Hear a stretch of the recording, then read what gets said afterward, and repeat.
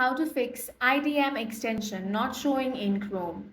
In this video, I will guide you step by step on how you can fix if IDM extension is not showing on Chrome. The first thing you want to do is open up Google Chrome. Now click on this extension icon, then select Manage Extensions. Now toggle on the option of Developer Mode. Once that is done, you want to open File Explorer, then head over to C Drive. Now click to Program Files. Now find Internet Download Manager. Here you want to locate the CRX file. In my case, it is IDM Edge ext.crx. Now you want to open the Chrome browser. Go ahead and drag this file into Chrome extension. Once you do that, the extension will be added to Chrome, and that's all for this video. If you found it useful, make sure to hit the like button and subscribe for more videos like this.